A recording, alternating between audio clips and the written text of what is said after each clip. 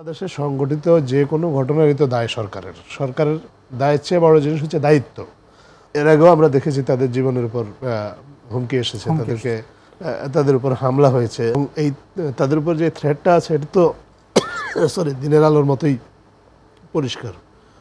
তো তারা তাদের মতো করে চেষ্টা করছে। এটা সরকার তাদের এই থ্রেটটার কারণেই তো তাদের কার্যক্রমটা সরকার নিষিদ্ধ করেছে। এবং জুলাইয়ের আন্দোলন তো আপনার কোনো একটা দলের বিষয় ছিল না।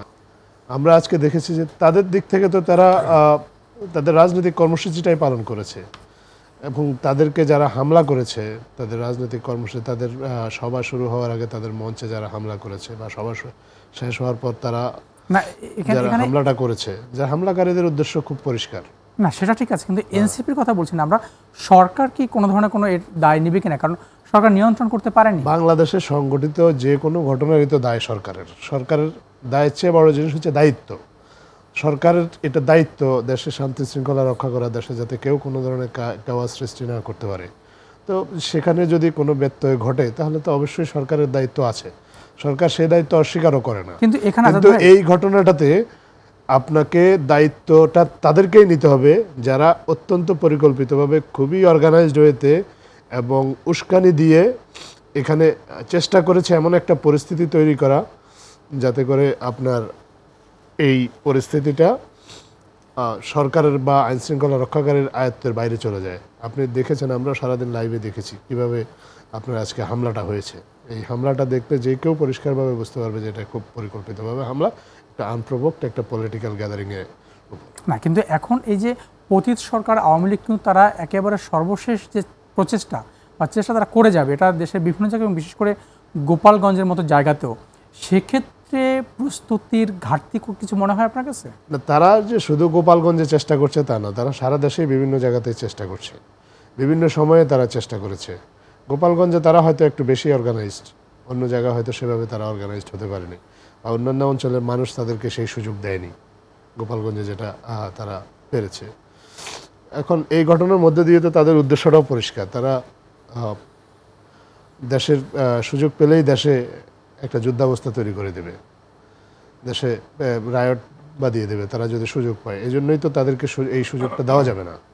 কারণ আজকে এই যে আমরা আজকে জুলাই শহীদ দিবস আমরা পালন করছি, 6 জন মানুষ মারা গিয়েছিল 16 জুলাই গত বছর।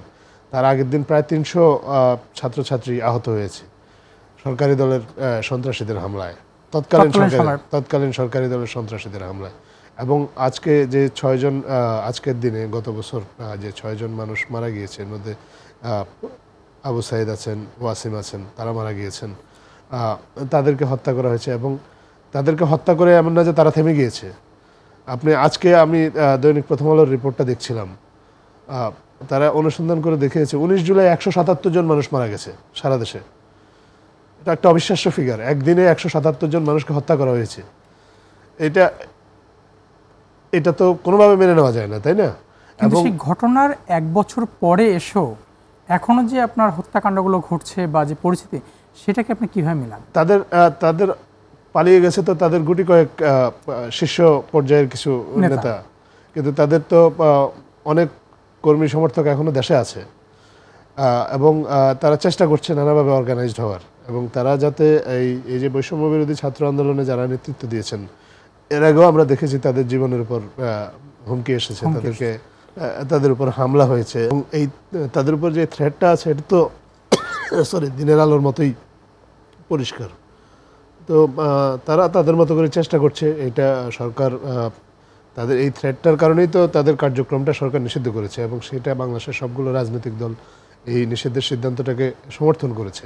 কারণ এরা যদি অর্গানাইজড হতে পারে তাহলে তারা এই ধরনের ঘটনা বারবার ঘটাবে। আজকে গোপালগঞ্জে যেটা ঘটেছে এটা তারপরে আরও অন্যান্য অঞ্চলেও তারা ঘটানোর চেষ্টা করবে, যাতে তারা এই ঘটনাটা ঘটাতে না পারে, দেশে এই ধরনের কোনো পরিস্থিতি তৈরি করতে না পারে বা এমন কোনো কার্যক্রম তারা চালাতে না পারে যার ফলে দেশে আবার নতুন করে একটা অস্থিতিশীলতা তৈরি হয়।